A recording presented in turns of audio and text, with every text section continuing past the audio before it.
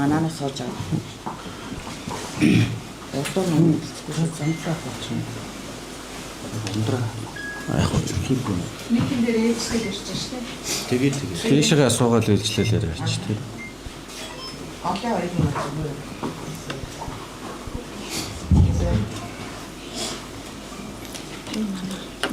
Та байж.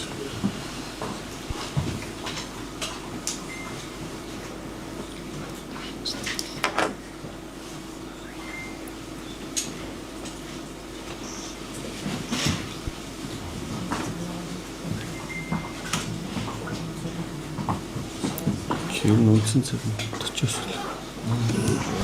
учраас За яваа.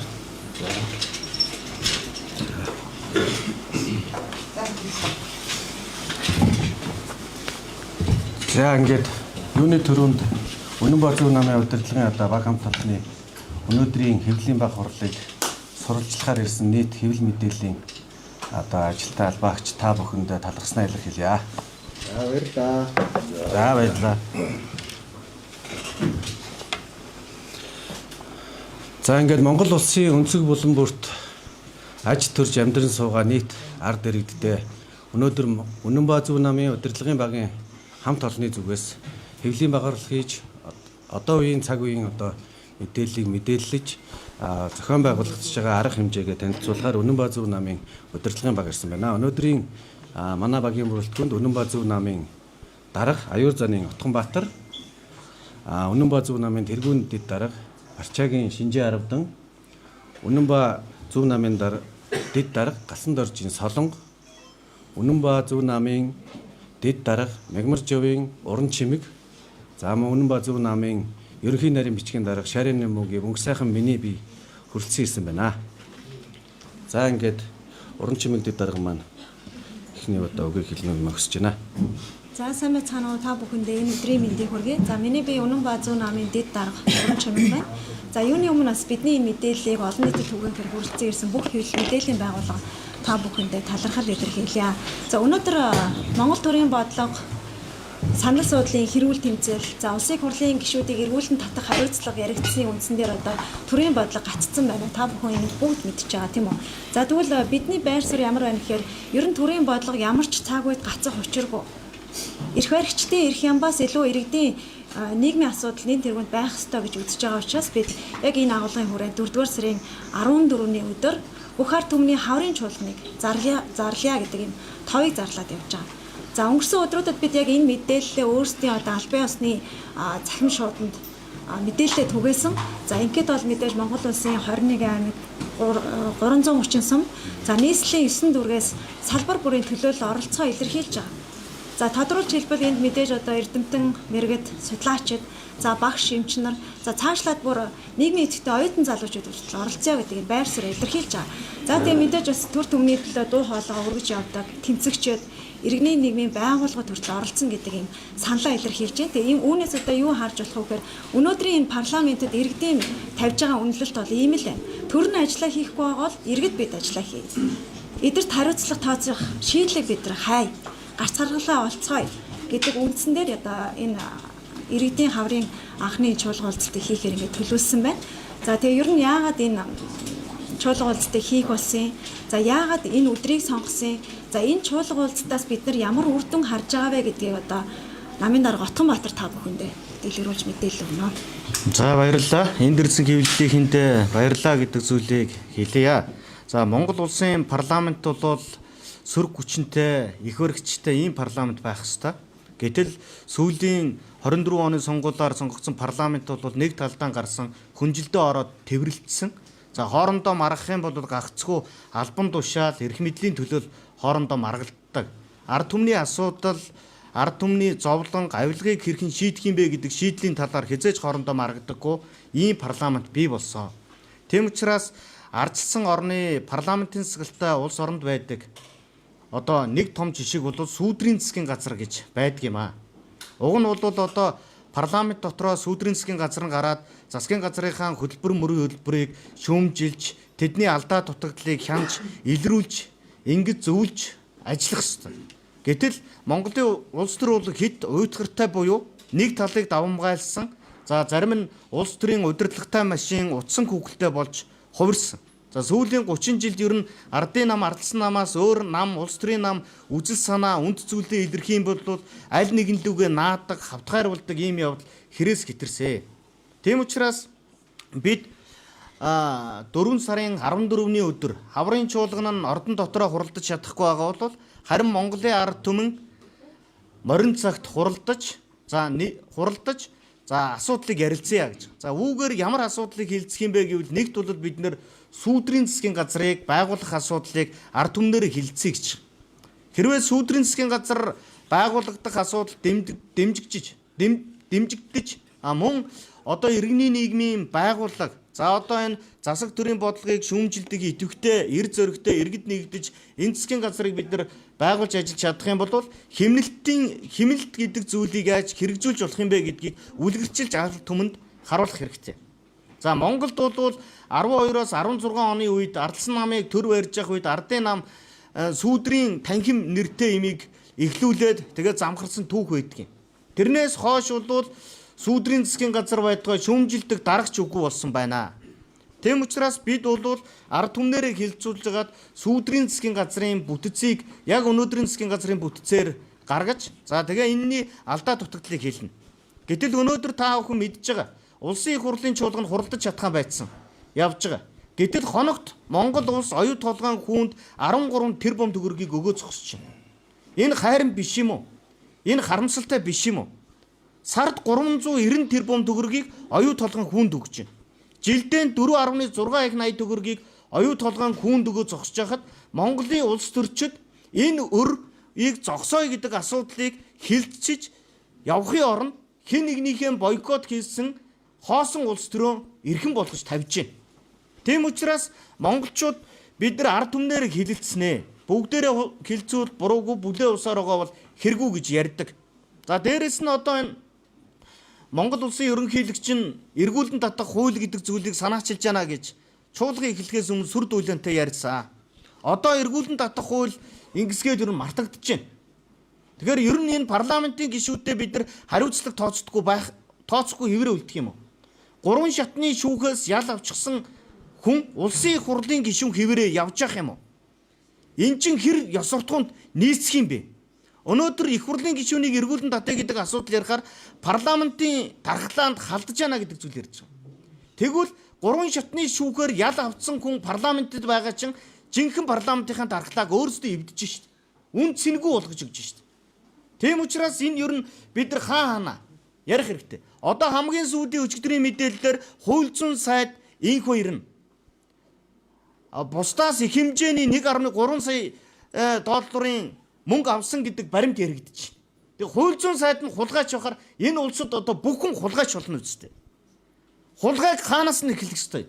Шатыг дээрээс нь шүрдэгтэй адилхан эрх мэдлэнээс эхлэх хэрэгтэй.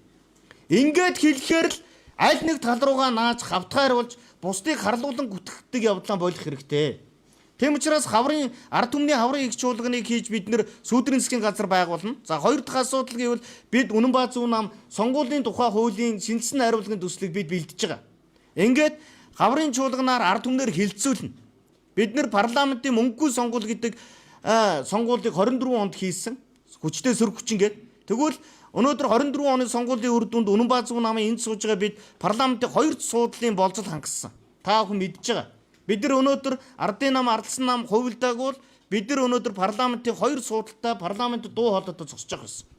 Гэтэл үндсэн үйлдэлийн зэцтэйгээ нийлж парламентыг 2 нам хоорондоо нийлж гад бидний 2 суудлыг дээрэмдэж хувааж авсан байгаа. За тэрний одоо бидний суудлыг дээрэмдэж авсан нэг нөхөр нь бол ардын намаас сонгогдсон Баасан Жав гэж гишүүн. Тэр нөгөө хурдан морь унах юм бол хүүхдийн эрх зөрчигдөөд байна гэж ярьдаг. Нөгөөх нь ардсан намаас сонгогдсон багш нарын асуудал хөндөж яриад нөгөө багш нараа загнаад байдаг ч илүү ард түмнээ загнаад байдаг нэг гишүүн байгаа. Тэгэхээр бидний суудлыг булааж авсан улсууд хэрхэн ёс зүйгүй авирлж байгааг та бүхэн ингээд харж байгаа. Тэгээ Монголд өнөөдөр парламентын засаглалтаа гэж ярьж байгаа боловч парламентын хэрэг засаглал нь өөрөө ажиллахгүй байна. Тийм учраас ард түмний парламентын гадна талдах бодиттой сөрөг хүчнийг Үнэн баа зүүн нам, бусад нам, улс төрийн байгууллага иргэний нийгмийн идэвхтэн зүтгэлдэнгүүтээ нээж хамтарч авч явахаар болж байгаа. Тэгээ бид бол одоо сүүдрийн засгийн газрыг байгуулах асуудлыг аль бие ёсоор Монгол улсад одоо 35 жилийн парламентын түүхэнд анх удаа тавьж байгаа гэдэг зүйлийг хэлье. Бид хэрвээ парламентэд байсан бол Монголын парламент өнөөдөр шиг юм амгалан байхгүй байсан гэдэг зүйлийг бас баттай хэлье. Ард түмний нүд жих болж ажиллаж чадах байсан гэдгийг та бүхэн мэдж байгаа. Ингээд намын тэргүүн дэд дарга Барчаагийн Шинжээ 10 данг орж байна.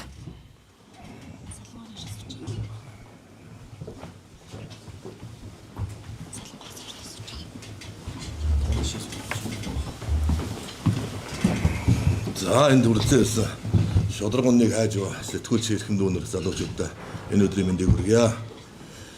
За бид нар энэ нийгэмд энэ улс төрд ерөөсө хариуцлага гэдэг юм байхгүй болсон юм байна. Хууль хяналтч дээр энэ улс төрчдөнч дээр энэ ард иргэд одоо энэ өсвөр насны хүүхдүүд одоо юу болж байгаа тийм ээ.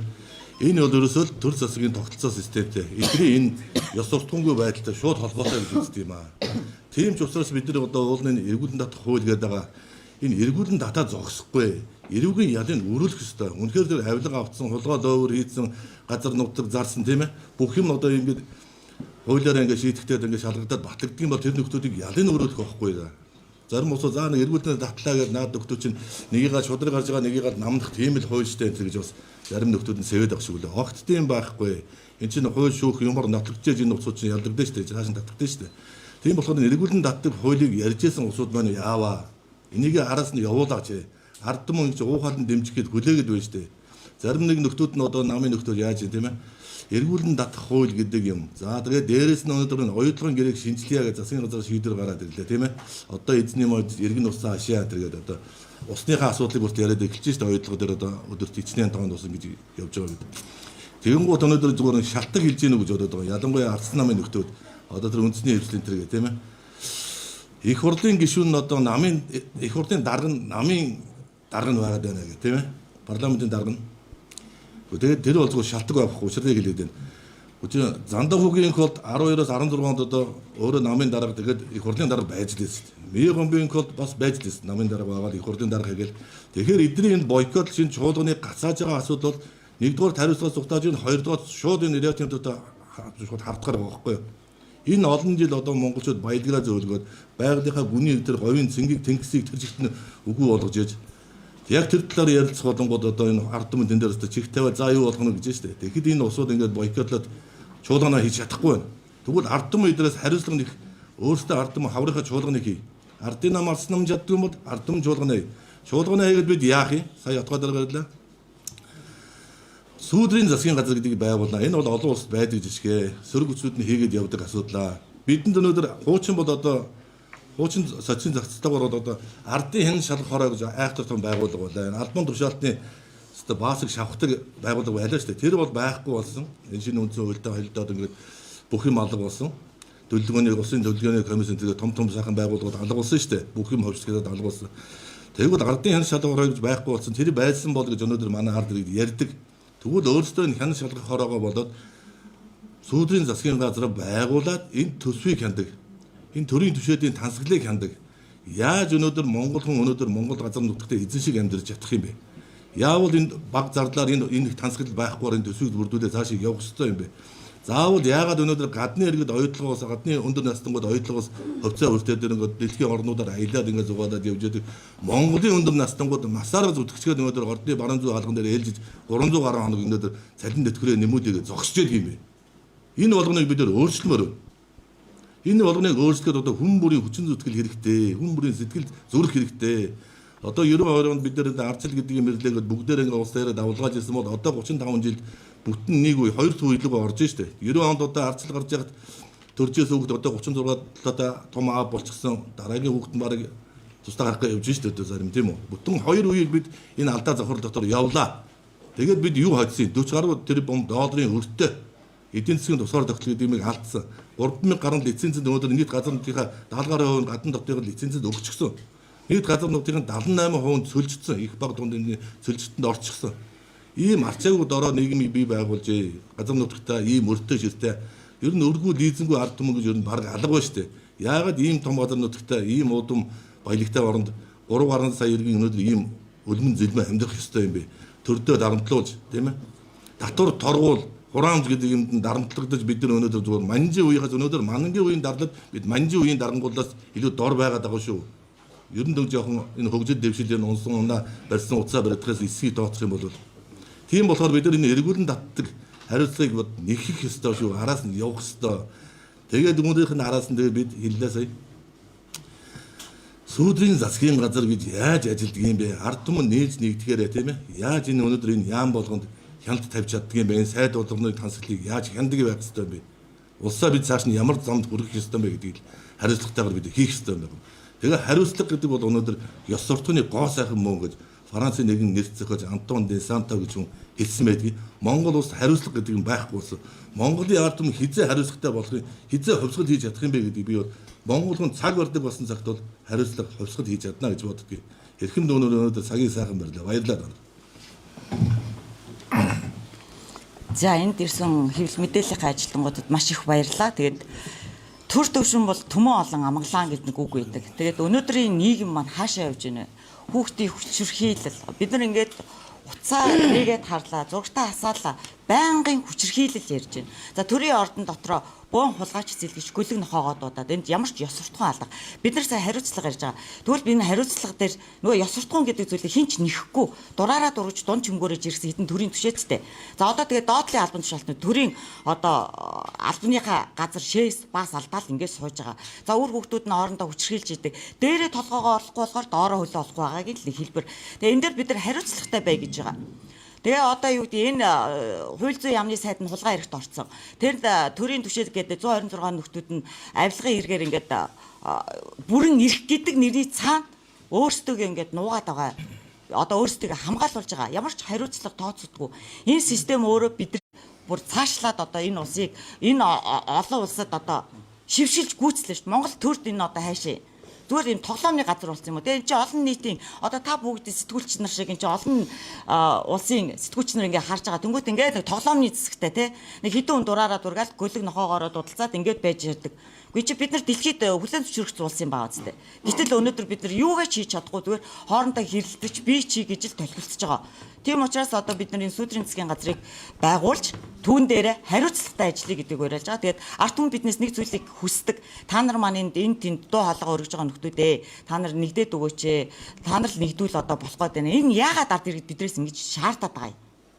Энэ төрлийн ажиллаа хийхгүй байгаа учраас хин нэгэн иргэн хин нэгэн хүнийг хүсэмжилж шít. Төр өнөөдөр хариуцлагатай ажиллая гэж час хийж 3 сая гаруй иргэдийн амьдралыг аваад явж исэн бол өнөөдөр захын нэг иргэнтэй та нар нэгдээд өгөөч, нийлээд өгөөч. Энэ төрд маа дууг нь хүргээд өгөөч гэж хэн гуйх байсан. Тэгэхээр бид нар энэ хариуцлагыг маш сайн докторжуулж энэ сүүдрийн засгийн газрыг ямарваа нэгэн байдлаар маш сайн амжилттай хийж энэ төрд байж байгаа хэдэн нөхдүүдэд бараг одоо үлгэрлж үзүүлмээр биш.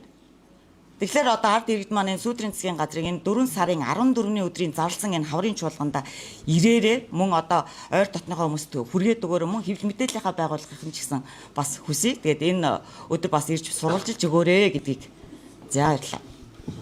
За ингээ баярлалаа. Сэтгүүлчд маань асуух асуулт байвал асууж болж байна. Өнөөдөр парламент 5 нам бүлгээс хүрсэн. Тэгэхээр энэ тохиолдолд дахиад энэ саналтын сүлжээсээ одоо шаардлага байна уу?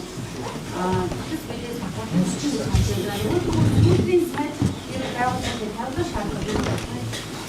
Юу нэрээ хэлээд аль юунаас ямар юм. За ойлгосон. За нэгдүгээр асуулт бол парламентд 5 нам байна. Тэгээ энд бол одоо бүтэц давхардахын биш үү? Энд хяналт байхгүй гэж харж байна уу гэсэн хавтахтай асуулт асууж байна. Парламентд 5 нам байгаа боловч хүн жил дотор аль хооронд тохиролцсон. Жил гарны өмнө хоорондоо нийлээд хамтраа засаг урж исэн. Одоо хэн нэгнийхээ утсан гүгэлдээ удирдлагатай машин болоод хэн нэгний хэлсэн даалгавраар үйлдэл хийдэг болсныг Монголын ард түмэн эрхвиш харж байгаа. Энэ 5 намд харилцсан хяналт гэж байхгүй. Хоорондоо ярьсан тохиролцоо л гэж байна. Тэм учраас ард түмэн сөрөг хүчнийг өгүүлж байгаа учраас за одоо парламентын сэтгэлтэй улс оронд байдаг, хөвчлэн байдаг энэ сүүдрийн засгийн газар гэдэг зүйлийг сөрөг хүчин өөрөө байгуулт юм аа. Уг нь бол өнөөдөр ардсан нам сүүдрийн засгийн газрыг байгуулаад бусдаагаа нийлээд алдаа дутлалыг хянаа явъя гэх ёстой байсан. Гэтэл ардсан нам маань аль хэзээний оюу толгойн асуудалтай худалдагдаад аль нэг том даргын удирдлагатай утсан хүүхэлдээ удирдлагатай машин болоод цогтгөрөл дарга нь явж байна. Энийг одоо төмнөрөө нийтээр цөмөрө харж байгаа. Тийм учраас Монголын ард түмэн хороо дүүрэг бүх газраас цуглаад сүүдрийн засгийн газрыг байгуулъя гэж. За хоёр дахь асуудал сүүдрийн засгийн газрын сайд болоход ямар нэгэн шалгуур бий юу гэдэг зүйлийг та ярьж байна. Энэ маш зөв өө. За энэ асуудлыг бид нэр 4 сарын 1-ний өдөр морь өдөр тохиож байгаа. Бидний энэ үйл ажиллагаанууд 4 сарын 14-ний өдөр бол морь өдөр бас тохиож байгаа. Морь жилийн морь өдөр морь цагт. За 4 сарын 1 бол морь өдрийн морь өдөр тохиож байгаа. За энэ өдөр бол бид нар сүүдрийн засгийн газрын сайд болох улсуудад дараах тавигдах шаардлагуудаа гэдэг шаардлагуудаа олон нийтэд ил зарласан акцийг бас үе шаттай зохион байгуулахаар бэлтгэсэн байгаа. За эхний ээлжийг хүргэж байгаа мэдээлэл бол 4 сарын 14-ний чуулга уулзалтанд нийт Монголын эх орноо гэсэн сэтгэлдээ элэг нэг дахан дүүсийгээ ирж оролцоорой. Чиний миний гэх юмгүй чи бид нар бүгдээрээ нэг талаа. Танаа манаа нам гэж талцах юм байхгүй.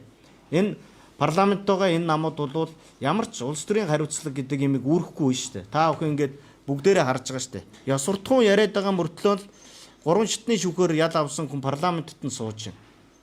Тэгээ ийм байхаар чинь өнөөдөр одоо яаж нэг лайв чин дайлсвал шантаачлагадаад парламентаараа бойкотонд орсон юм уу? Гэхдээ өмнө чинь бид нэр тэр инх хамгаалан прокурор өлөө. Шудраг ёс гэдэг чинь энэ танхимаас эхэлнэ гэж хэлжсэн шүү дээ. Тэгээ одоо 3 шатны шүүхээс ял авсан хүн парламентэд байна. Би бас хэвлэл мэдээллийг нь та бүдээс чин сэтгэлээсээ хүсэж байна. Ийм ял авсан улсууд жирийн иргэн ял аваад шоронгийн хаалга руу ачигдж байгаа шүү дээ. Би өндөг шийдсэний төлөө шоронгийн хаалга руу ачигдчихсэн. Тэгэхэд өнөөдөр 3 шатны шүүхээр авилгын ял авсан нэг нөхөр парламентын гишүүн. 3 шатны шүүхээр авилгын хэрэгээр ял аваад ерөнхийлөгчөөр өрсөөлөгдсөн нэг орилоо нөхөр шудраг ёсны эзэн байж болохгүй. Би бас энэ хууль зүйн сайдаас нь бас дараах зүйлийг нэхмээр байна. Хүн амныг хэрэг нэгнийгээ хүчирхийлэх хэрэг гарч байгаа. Тэгээ хууль зүйн сайд нь их хурлынхаа даргаыг тэр үед хүн алсан гэсэн шүү. Би жихээрээ сонссон. Хэлсэн үг нь одоо 10 сарын дараа хатаагүй байна. Гэтэл хүн алсан гэж хууль зүйн сайд нь хэлснээс 10 сарын дараа хүн алсан гишүүн нь гишүүн хэврээ сууж байгаа. Ийш тийшээ булцах юм байхгүй хууль зүйн сайдаа. Тэр хүн алсан хүнээ яг хүн алсан хэрэгээр нь шоронд нь хий. Хэрвээ эндээ нотлох баримтаа олж чадахгүй бол өөрөө хариуцлага хүлээх хэрэгтэй. Бид ийм жишг рүүгээл явахгүй бол дурын нөхөр нь гарч ирээд хин нэгнийгээ ярьдаг хэлбэр рүү орж болохгүй. Би бол тэгж бодож байгаа бид. Тийм учраас одоо энэ үнэхээр хууль ёс Монголд байгаа бол тэр их хурлын даргч амар бисгэлэн. Амар бисгэлэн баха. Тэ амар бисгэлэн хүн алсан гэсэн шүү монголчуудаа. Тэ хүн алдаад тэгээ зогцсон шатаасан гэж хэлсэн. Тэ. Тэгээ яг тэрүүгээрээ одоо тэр хүнд ял үргэлжлэх ёстой. Тэгтэл өөрөлдөө 1.3 сая төгрөгийн авилга авсан гэдэг асуудлын хөндгөөр тэр хүн айсантай аюур сайхан гэж орилж ийлээ шүү дээ. Гэхдээ Монголд ийм байж болд юм уу? Үхэхээр ээжигээ дуудана гэдэг шиг эрхийн балай бол зүсэж баахан бурган юм хийчгээд үхэх төхөөд ирэхээр ээжигээ зааж өгнө гэдэг шиг дур зоргоороо ярьж чаад яг өөрөөс нь явхаар аюур сайхан чи яриач ган уйгаа шоронгоос гарч ирээд яриач гэж болохгүй. Хууль нэг мөрдөө байдаг байх хэрэгтэй. Тэгээ бид ахаад шаардаад байгаа юм. Энэ эргүүлэн татах хууль гэдэг юм батлуулаа. Их хурлын гишүүний энэ дархан эрх гэдгийн цаана 35 жил хулгай луйраан худал хуурмгаа нууж ирсэн. Тэгээ энээс одоо жишээ нь бид нар парламентэд орох гэж байгаа нам. Бид нар тэнд нь ороод ёсуртхангүй байгаад татагчээвэл бидний л хогш штэ. Тэгээ энэ юунаас нь хайгаад байгаа юм бэ? Их хурлын гишүүн гэдгээс нэг тийм хамгаалц хаацаалаад байх юм бишээ гэж бид бол харж байгаа гэдэг зүйлийг бас дахин хэлээ. Тэгээд ард түмнийгээ энэ сүүдрийн засгийн газар байгуулах үйл явцад бүх хүнийг оролцоорой. Эрдэмтэн мэргэд ихтэй сургуулийн профессор багш нар маань оролцоорой. Тэгээ манай Монголын сэхээтэнгүүд аимхаа хулчгар байна л да. Ийм бузар булаа дүүрсэн юм орой дээр нь яригдаад байхад энийг дэвчээ сууж яана гэдэг бол хулчгар байгаагийн шинж. Ухаантай байна гэхээсээ илүү. Ухаантай хүн гэдэг, боловсралтай хүн гэдэг бол биеийн дах чадвартай хүнийг хэлдэг. Бузар булаатай эвлэрч чадахгүй, босчирч чаддаг хүнийг боловсралтай хүн гэж хэлнэ. Бусдаар ийм бузар булаа дуудагдаад байхад дэвчээд сууж яана гэдэг бол энэ нэг бол тэнийг нэг бол тэдний хамсаатан байж л таарна. Тийм учраас Монголын яг үнэнч нийгмийн сор болсон сэхээтэнгүүдийг хамтдаа энэ 4 сарын 14-нд болох ард түмний чуулга уулзалтанд оролцож сүүдрийн засгийн газрыг байгуулж засгийн газрын шүүсийг нь шахаж алдаа дутагдлыг нь хэлж хянж ажиллахад хамтарч ажиллаарай гэдгийг бүх шатнд ингээд хүсэж уриалж байна. Уриалж байна. За өөр асуулт байна уу? За. Тэ. Бидний хуулийн төсөл бол сонгуулийн тухай хуулийн төсөл. Өнөөдөр Монголын парламентын сонгуул бол хэд мөнгөний сонгуул болсон. Тэр мөнгөний сонгуульд гарахын тулд доотлол нь 10 тэрбумыг зарцуулдаг болсон. Тийм учраас мөнгөний баг сонгуул, мөнгөгүй сонгуулийг хийя гэвэл парламентод нэр дэвшигчдийн сонгуулийн аргачлал дээр нь бид нэр ажиллаж байгаа. Жишээ нь одоо нэг суманд нэг нэр дэвшигч 5 ухуулагч аавна. Одоо хангаан бүсэд нэг намаас нэр дэвшиж 10 ухуулагч нийлээд нэг сумын 50 хүнийг ухуулагчаар авч байгаа шүү дээ. Тэгээ штабын 20 ажилтан нэг хүн авнаа гингүүд 10 хүн нь нийлээд 200 нэг сумын 200 хүнийг штабын ажилчнаар. Ингээд нэг суманд байгаа 1000 хүнийх нь 250-ыг нь зөвхөн ардын нам штабын ажилчтан ухуулагчгээ авчна. Ардсан нам нь штабын ажилтан ухуулагчгээ авчна. Үлдсэн хөөрхий хүүхдүүд үлдэн шүү дээ. Тэр суманд бүр хүн байхгүй болтол нь ийм мөнгөцсөн хэн нэг нь чамд мөнгө өгье, чи маргааш нь миний надад саналаа өгөө гэдэг авилгын сонгуулийг зохион байгуулж байгаа. Тийм учраас бид бол энэ ажиглагч штабын ажилтан ухуулагчийг нэгдсэн байдлаар зохион байгуулдаг хуулийн төслийг санаачилж байгаа. Тэр нь одоо нэг ёсондоо яах юм гэхээр суманд бол ингээд хүн нэр дэвшигч болгон ухуулгын байр барьдаг шүү дээ. Тэгвэл сумаас нэг л ухуулгын байр байж байна. Тэр лөө бид нэр ихтэй сургуулийн үзэсгэлэн үздэг шиг нэг хаалгаар ороод энэ талд нь орлоо уран чимгийг энд нь Отхон Баатрыг энд нь Ардсан намаас нэр дэвж байгаа чимгээгийнх нь байдаг юм. Ингээд тойрч ороод мэдээлэл аваад гарах боломжтой нэг л үүр байх хэвээр. Хүн болгонд тусдаа штабын байр байгуулах шаардлагагүй. Тэр тараах материалыг хамтдаа эргэж явж тэндээс байгуулагчийн штабын айлаар ороод тараана. Тэгээ нэг тараах материал нь нэг ном байя гэж байгаа. Хамтдаа нэг л юм сэтгүүл дээр гаргая. Зардал багасна. Ингээд сонгуулийн зардлыг багасгаж ухуулагчийн зардлыг багасгахгүй тэр ухуулагч штабын ажилтан гэдгийн цаана иргэдийн сонголтыг худалдаж авах үйл явц яваад байгаа гэдгийг эрхэм хэвлэл мэдээллийн та бүхэн бол биднэр хэлүүлдэггүй хэрсэн учраас мэдж байгаа. Тэгэхээр энэ мэтлэн бид нэр арга техникээр нь хуулийн төслийг нь өөрчлөөд ингээд бид бол хууль тогтоогчдод тэр ард түмний чуулганаар хилцүүлсэн хуулийн төслийг өргөн барина. Мөн хар машиныг дээр бид нэр асуудал тавьж байгаа. Өнөөдөр одоо та бүхэн ингээд нэг зүйлийг хараарай. Сонгуулийн ерөнхий хорооноос сонгуулийн салбар хороо штаб байгуулдаг. Тэр штабын дарга нь хин юм бэ гэхээр сумын тамгийн газрын дарга байд. Тамгийн газар нь хэний дарга байдгийг гэхээр өмнө нь сонгуульд ялсан намын засаг дарга өөрийнхөө үнийг тамгийн газараар тавьдаг байхгүй. Даргаар нь. Тэгээд тэр хүн нь очиод сонгуулийн хорооных нь дарга нь болчихж байгаа. Инхээр чи одоо тэр сумын засаг дарагт үйлчилсэн сонгуулийн ерөнхий хорооны даргатай бид нар шудраг сонгуулийн тухай яриад нэмэргүй байхгүй. Тэгээ энэ бүгдийг бид нар хуульчилж бид нар иргэдээр хилцүүд дэмжлэг авал засахгүй бол эднэр хизээч өөрсдийнхөө эсрэг хууль батлахгүй юм байна. Тэгээ яг энэ өөрөө том их ялцралтай эхлэл яваад байна. Сая та бүхэн энэ авилгын хэрэгүүдийг сонсож байгаас яг хизээ яригадаад байна. 24 оны өмнө гэж яригддаг. 20 оны өмнө гэж ярьдаг. Ерөнхийлөгчийн сонгуулийн өмнө гэж ярьдаг. 60 тэрбум гэж ярьдаг. Дандаа сонгуульд өгөх болгоно том авилга явдаг. Тэгээ та бүхэн зүгээр маш зоригтой хэлэхэд ер нь бол 5 толгой бол ардын намын санхүүжилтийн их усүр. Оюу толгой бол ардсан намын санхүүжилтийн их усүр болоод удаж байгаа. Энэ бол ерөөсөө илт биш үнэн явдал шүү. Тийм учраас одоо бид нар ингээд нэг энэ намуудыг хараад айгаад хичээд эмээгээ суудаг цаг биш. Ер нь бол эргэн болгон хэрсүү вэжэж эргчлөө тусгаар тогтнол хоёроо итгэл үнэмшил эр зоригоороо хамгаалах цаг бол болсон гэж би бодож байна. Бид нар цөмийн буйчин байхгүй ч гэлээ цөм шиг нэгдэж чадсан ард түмний ив нэгдлэр эх орноо хамгаалах хэрэгтэй.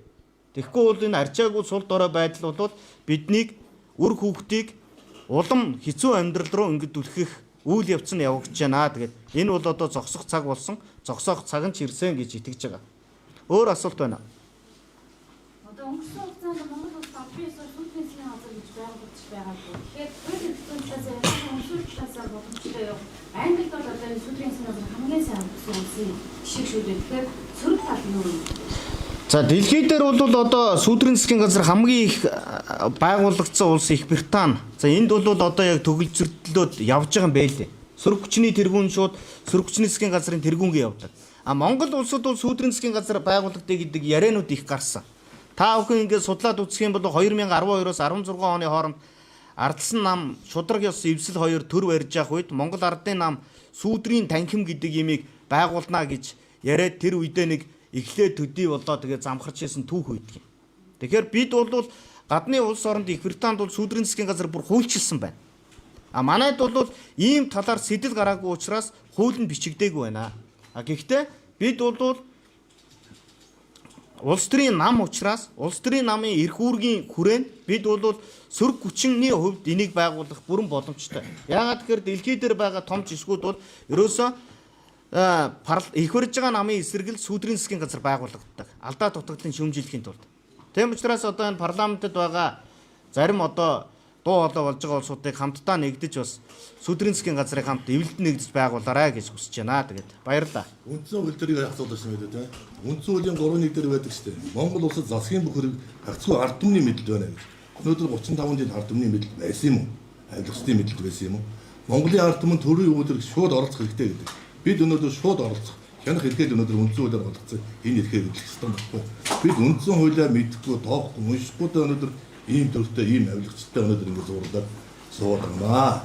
Тэр прокурор одоо их хамгаалал ингээд түрүү яг дурдлаа. Та нар эсвэл санаж байгаа үйл сэтгүүлч ялгаа. Улсын ерхий прокурор их хамгаалал гэдэг нь улсын их хурлын чуулган дээр орж ирээд шударгаас одоо гэдэг чинь хууль чинь энэ танхимаас эхлэх юм байгаа үстэй. Энэ ингээд бүгдийн нэр заагаад энэ гişүүдийг зүгээр яригмуудын татдаг төр төтгөлзүүлээд өгөөч бид шалгаж чадахгүй байна шүү дээ. Халдшгүй дарах хэрэг юм хамгаалагдаад энэ төрийн дээр энэ холбоос өөрчлөлт гიშгээд байна шүү дээ. Хуулийн дээгүүр алхаад байна шүү дээ. Ерхий прокурор нь орж ирээд бүр утгамжигтайгаар гуугаас олж ирсэн шүү.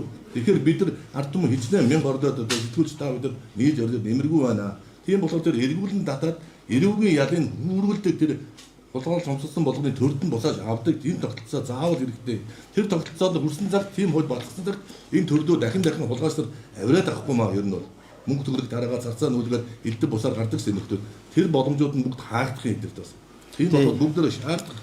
Дээрээс нь би энэ Ардсан намын дарга одоо улс төрийн хүрээнд бол удирдлагатай машин гэж нэрлэж байгаа Ардсан намын дарга цогтгоролд хандаад хэлэхэд бүтээч улс төрийн сөрөг хүчин бай. Тэ. Одоо оюу толгой дээр яригдж байгаа өрийг хоног тутамд нь засахын төлөө хичээнэ үгсээс улс орныхаа хөгжлийг гацаасан, уруу татсан удирдлагатай машин битээ байгаарай гэж хүсэж байна. Тийм учраас сүүдрийн засгийн газар гэдэг энэ зүйлтэй Ардсан намын эгэл жирийн ардчлалын барьцаанууд эвлэлдэн нэгдээд нийлээсэ гэж бол бас чин сэтгэлээсээ хүсэж байгаагаа бас хэлье. Тэгэхгүй бол одоо ингээд төрийн чинь ажил гацсан төмний чинь зовлон дүүрчгсэн явж байгааг та бүгд одоо мэдж байгаа хаа. Тэгээд энд ирсэн эрхэм хүндэт сэтгүүлч та бүхэндээ чин сэтгэлээсээ баярлалаа. Тэгээд